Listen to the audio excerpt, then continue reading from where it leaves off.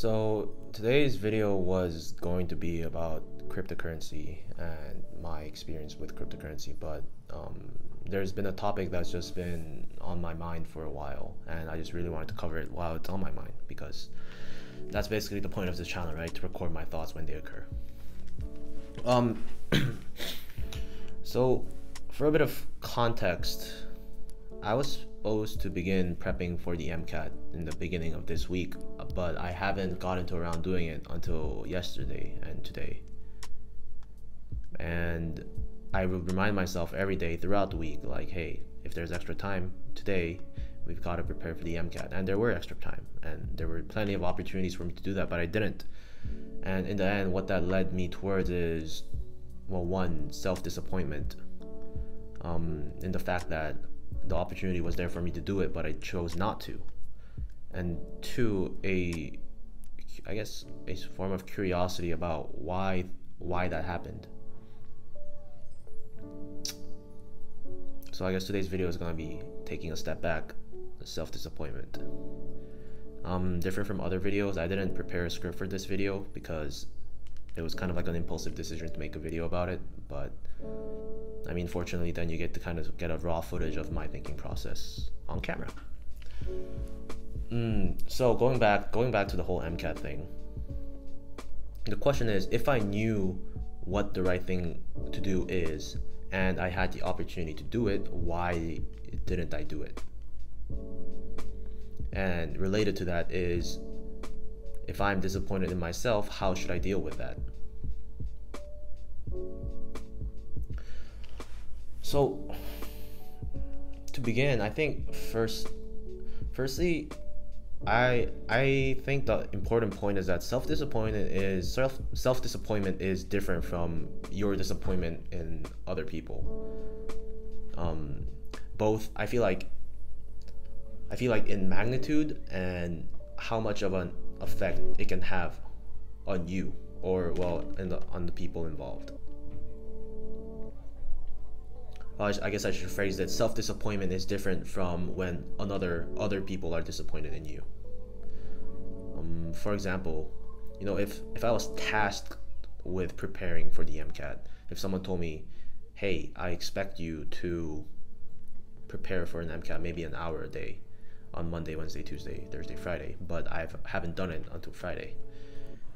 And then when I report that back to the person, that person will be disappointed in me, right? And to me at least, for some reason, when others are disappointed in me, it makes a more lasting impact, a lasting change in my behavior, because I don't want to disappoint that person again.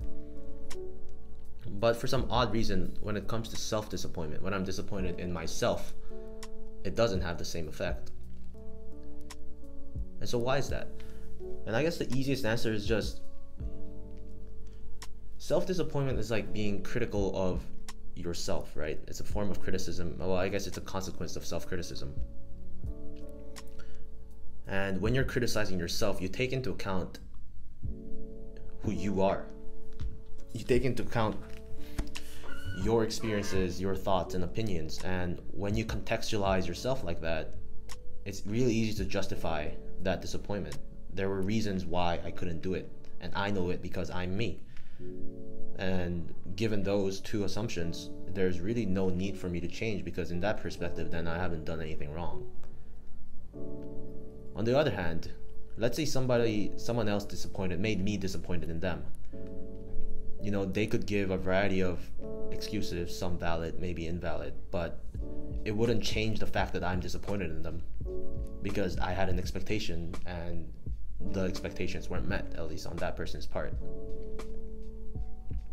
And see, now we see two varying degrees of, I guess, strictness when we deal with disappointment in ourselves and in other people, which is ironic to me in hindsight, because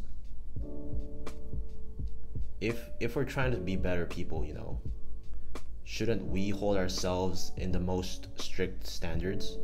As in, shouldn't self-disappointment be more of a motivating factor to change ourselves, more so than other people's disappointment in us?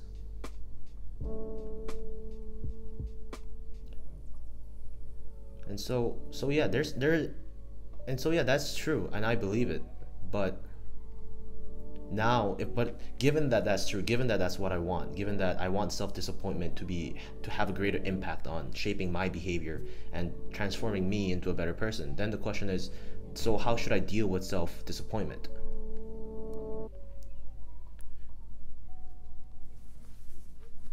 I guess we can look at how we deal with disappointment when we disappoint other people. You know, when I disappoint someone else, and I know that for a fact that they're disappointed in me, I try my best to make sure that it won't happen again, right? Of course, that's generally how things go. But it makes me want to prove myself to that person that, hey, I might have disappointed you once, but I won't do it again. However, to myself, how could I come up with that? How could I display that to myself? You know, how could I convince myself that I will not disappoint myself again? It's hard because it's like you're one entity but pretending to be two. One part has the expectations and the other part must meet those expectations. But I don't know if that's the right way to go around it. Yeah, I mean, this video doesn't offer a solution or anything. It's just me recording that I'm thinking about this right now, and I'm trying to come up with a solution. The most common way of enforcing a behavior influencing behavior is rewards and punishments, right? That's like the classical conditioning stuff. So when you do something good, you reward yourself, but when you do something bad, you punish yourself so you can continually encourage the good behavior. The problem with dealing with self-disappointment, or like trying to change yourself is that it's really difficult to come up with an apt punishment for yourself if you're the judge that's giving it, because in this situation the judge and the person who is being judged are the same person. The judge knows everything about this person, and this person knows everything about the judge. It's like, and given that they know everything, it's, as I said, it's justifiable, right? What the flaws that I hold are justifiable in the eyes of me, because I am living that experience. I have the valid excuses. So maybe the trick is to distance myself from myself when being critical of myself. That's, I don't know, yeah, it sounds difficult, right? So who knows what the right answer is. But I'm trying to come up with a strategy or a solution that could use self-disappointment and turn it into something that could motivate me into changing my behavior and who I am. And I don't know if rewards and punishments are the way to do it, but that's just one of the strategies that I chose to focus on. But yeah, I don't know, who knows what's right? It's part of the process, I guess, to figuring things out. But yeah, self-disappointment has just been on my mind a lot these days, and how I should deal with it. How I deal with it now is definitely not something. How I deal with it now is not the answer, because I'm really not dealing with it.